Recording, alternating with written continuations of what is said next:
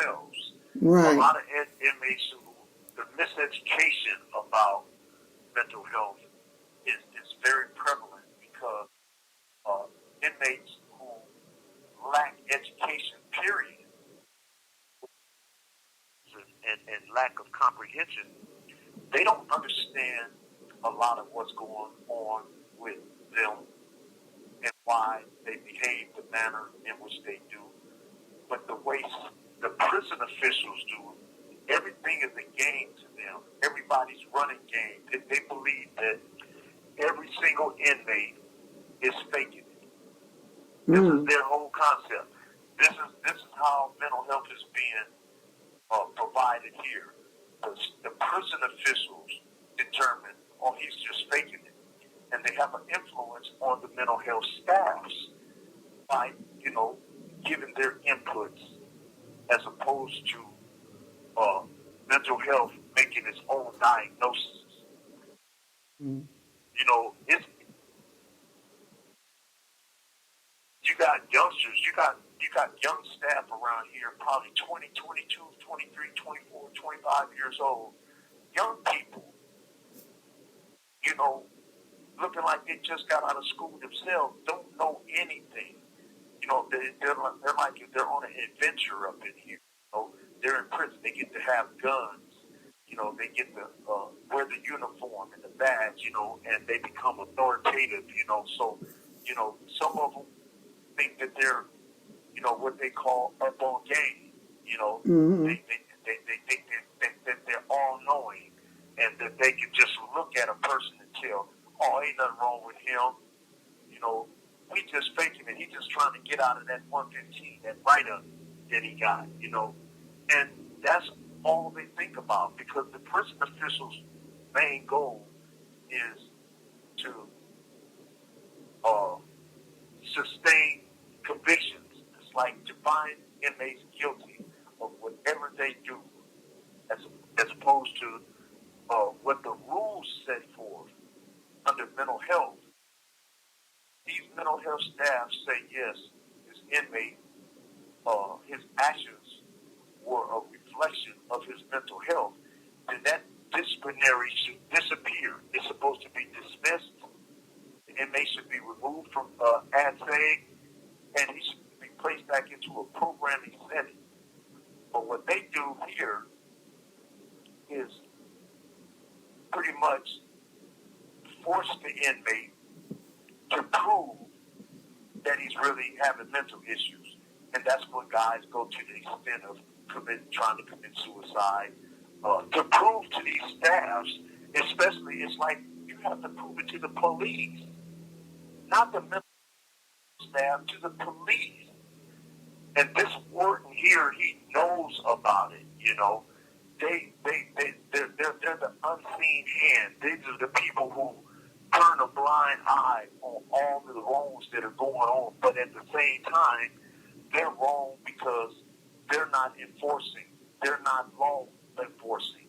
They're not being law abiders. You know what I'm saying? They're breaking the laws, and the reason why I take it personal is because they have the audacity to try to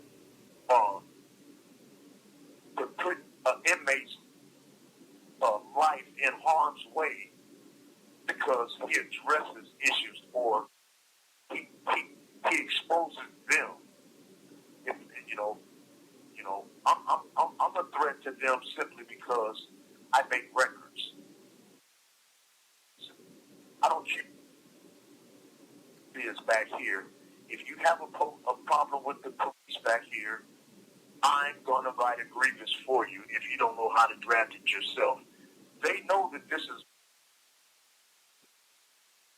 they don't like it, so they start moving inmates from different areas from the quarters that they lived in to another quarter so that they can be away from me, so that they cannot get their issues addressed and resolved because they don't know how to do it themselves.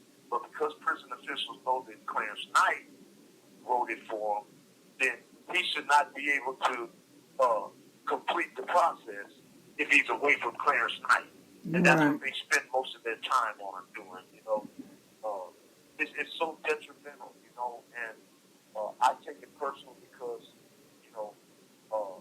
reminds me of the movie that Lawman Bass. Mm-hmm. You know, whether Lawman Bass said, "I reckon I'm a bit of both." And Mm-hmm. they don't, they don't, they wear that proudly here. They don't have no problem with breaking the law. They don't have no problem with Mm-hmm. being non-compliant. They have no problem, but necessary, to facilitate normal operations to make things better. So the management is a mismanagement here, and I think that they have managerial skills, and I think other people need to come in and take over this prison and take a look at it, especially the feds. I think Right. federal officials need to really come in and take a look at this because they're not doing these consensus for nothing, and they're not making these determinations that the services being provided for mental health is impacting these guys more so than it's helping them. We're about to take another pause now, so I'll be returning momentarily. I think just in 2 minutes. Hello? Yes, we're back.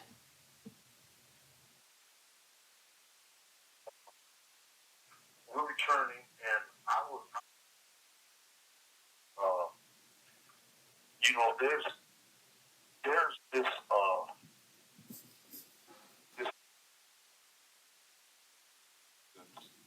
that is just so wrong.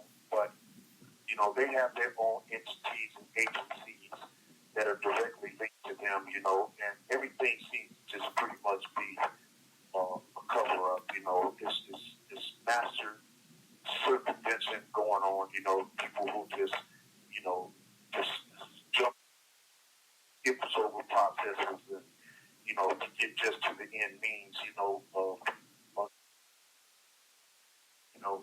Of statistics and things like that. And it paints a pretty good picture of the that they're providing services. But if you came up here and see what they're doing yourself with your eyes, the pigsty, it's unfit, for human living. And the showers just filthy, filled with soap, scum, and grime. Uh, they don't have inmates to do these tasks, because the staff, that inmates end up doing it, but the staffs, they are supposed to keep it clean, but they don't. Staff feel that they're not food service. The staff feel that they're not janitors. Staff feel that they're not porters. This is one of these, hazard type jobs, a high risk type job, where they get paid for coming back here to deal with these streams of this environment. So when you have a lack of staffing to facilitate maintaining the cleanliness, maintaining showers, making sure that inmates are being provided with the things that they're entitled to have, there's a breakdown. And because of this breakdown, a lot of these staffs are overwhelmed. And I say that because I'm witnessing them. I'm looking at them. Some of them have no problem at all doing their jobs, but they're not getting the help that they need. They need additional staff back here, and they think it's just okay to just be routine.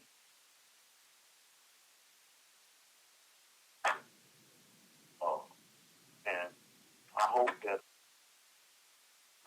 shed a little bit of light, instead of just my personal opinion about this, because my personal opinion equates with what's actually going on back here.